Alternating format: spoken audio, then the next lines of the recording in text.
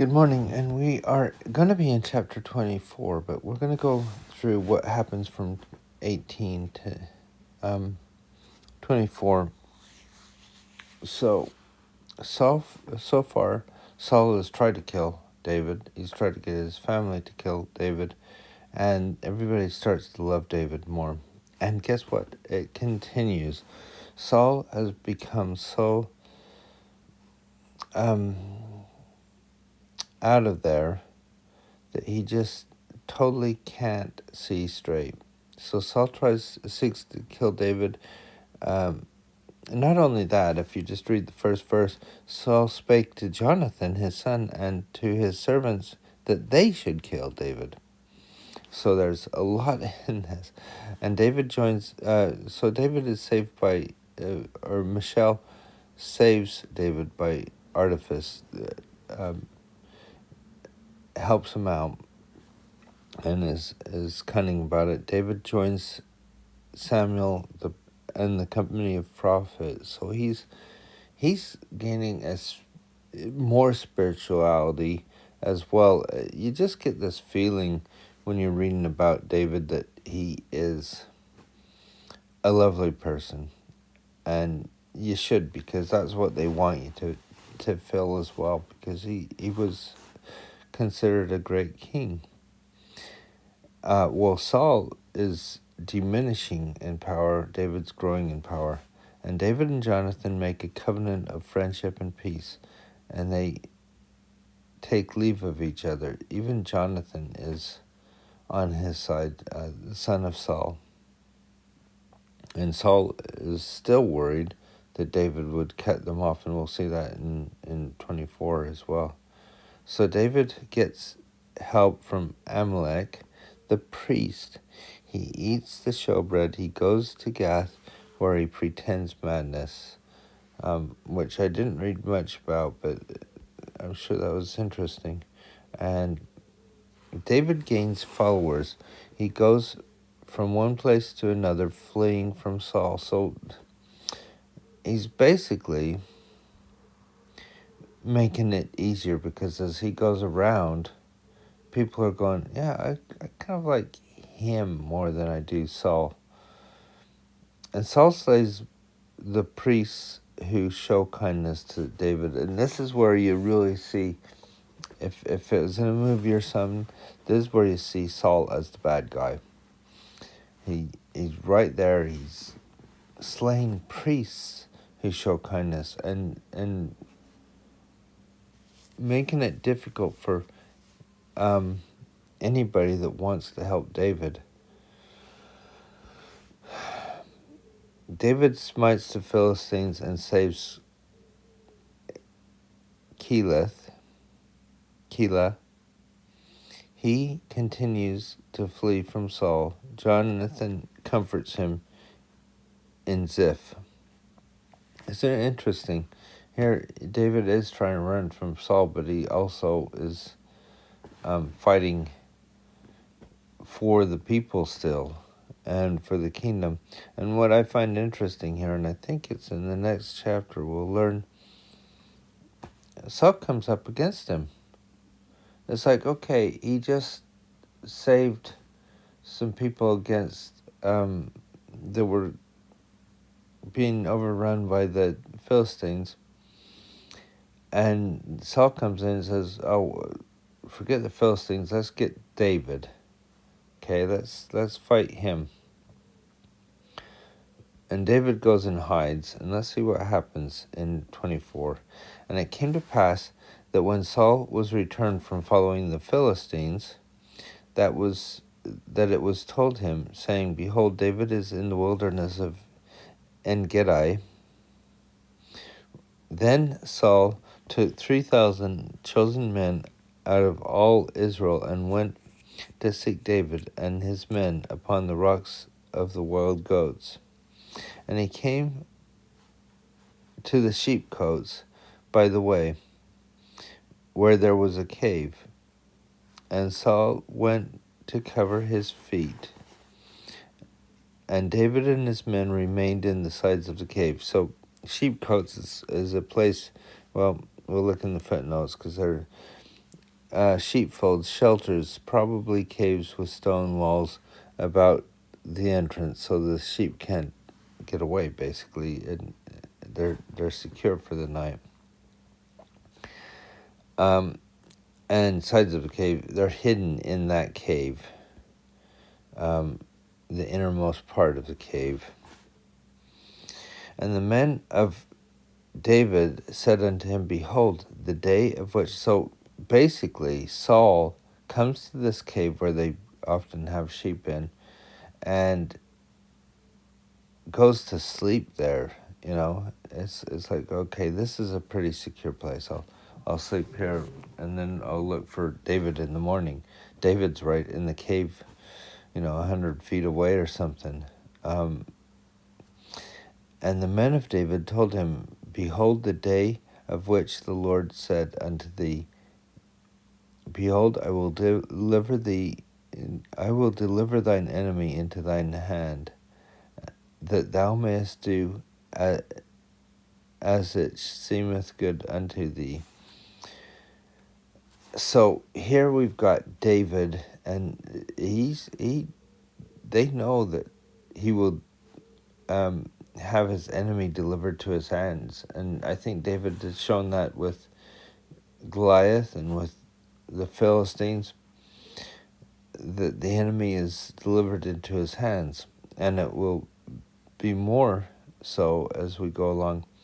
Then David arose and cut off the skirt of Saul's robe privily, quietly, privately, secretly. So just the hem of his robe. And this is usually where they have symbols of power and things like that. If you look in the right hand corner of the screen, they talk about it a little bit, and I thought I don't need to read it this time, because it basically says that. It just says he cut off it to show he had him in his power. And it came to pass that afterward that David's heart smote him, because he had cut off Saul's skirt. Why? Because he really loved Saul. He's learned to love his king a lot. And he said unto his men, The Lord forbid that I should do this thing unto my master, the Lord's anointed. Notice how often he says this, the Lord's anointed, to stretch forth my hand against him, seeing he is the anointed of the Lord. He feels, by this time, David has been anointed himself, but he's not the king. He's not the one. It's kind of not happened yet. He still sees Saul as the king, as the anointed one from the Lord, and that he should follow him. What a good example. I think if somebody tried to kill me, I wouldn't see them as anything but evil, but he sees the good. So David stayed his servants with these words, and suffered them not to rise against Saul. But Saul rose up out of the cave and went on his way. David also rose afterward and went out of the cave and cried unto Saul, saying, My lord the king. And when Saul looked behind him, David stooped with his face to the earth and bowed himself. And David said to Saul, Wherefore hearest thou men's words, saying, Behold, David seeketh thy hurt? Where did you hear that I was trying to hurt you? I wasn't trying to do that. Behold, this day thine eyes have seen how the Lord had delivered thee today into my hand in the cave, and some bade me kill thee. But mine eye spared thee, and I said, I will not put forth my hand against my Lord, for he is the Lord's anointed. See how he sees this as an important part, that this anointing that has taken place. Moreover, my father. Notice he uses the word my father, and that I think is more of a term of like saying my king, but at the same time, he is his father-in-law. So it's even closer. See, yea, see the skirt of thy robe in my hand. For in that I cut off the skirt of thy robe and killed thee not. Now thou know thou and see that there is neither evil nor transgression in mine hand. I have not sinned against thee, yet thou huntest my soul to take it. The Lord judge between me and thee. The Lord avenge me of thee, but my hand shall not be upon thee. You do whatever you want to do, and the Lord will judge between us. But my heart is pure, and I will not hurt you. You do what you want. He's not going to fight him. He might run away, but he's not going to fight him. As saith the proverb of ancients, wickedness proceedeth from the wicked. If you kill me, it'll be because of wickedness. But I'm not going to be killing you because I'm not wicked. But my hand shall not be upon thee. After whom is the king of Israel come out? After whom dost thou pursue? After a dead dog? After a flea? Why are you coming after me? What am I next to the king of Israel? The Lord therefore be judged, and judge between me and thee, and see and plead my cause, and deliver me out of thine hand. And it came to pass that when David had made an end of speaking these words unto Saul, Saul said, Is this the voice of my son David? And Saul lifted up his voice and wept. He has this reversal of thought right here. At least for this moment. He feels regret for what he has done. And he said to David, Thou art more righteous than I, for thou hast rewarded me good, whereas I have rewarded thee evil.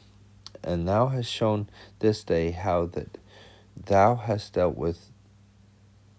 well with me, for as much as when the Lord had delivered me into thine hand, thou killedst me not. For if a man findeth his enemy, will he let him go away? Wherefore the Lord reward thee good, for thou hast done unto me this day. And now behold, I know well that thou shalt surely be king.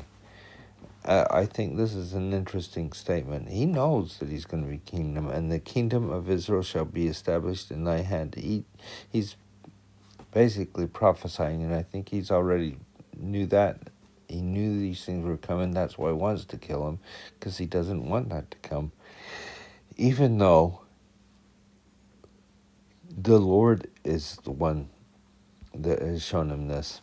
Swear now, therefore, unto me by the Lord, that thou wilt not cut off my seed after me, and that thou wilt not destroy my name out of my father's house.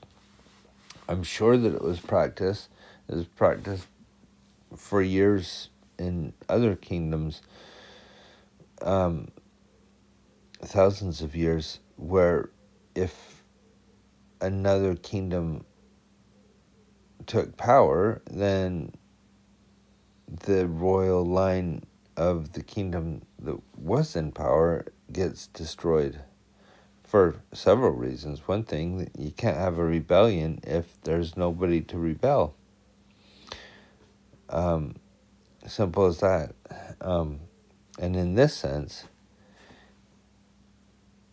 he doesn't want that to happen. For some reason, with all the insight he has, he doesn't realize Jonathan is on the side of David, and David's on Jonathan's side anyway. And he wouldn't think of cutting off his seed. And plus, he is the son-in-law. The daughter would be the one that has the grandchildren of Saul as well. And David swore unto Saul, and Saul went home. But David and his men gat them up unto the hold. So they've kind of reconciled at this point. We'll see what happens, how long that lasts.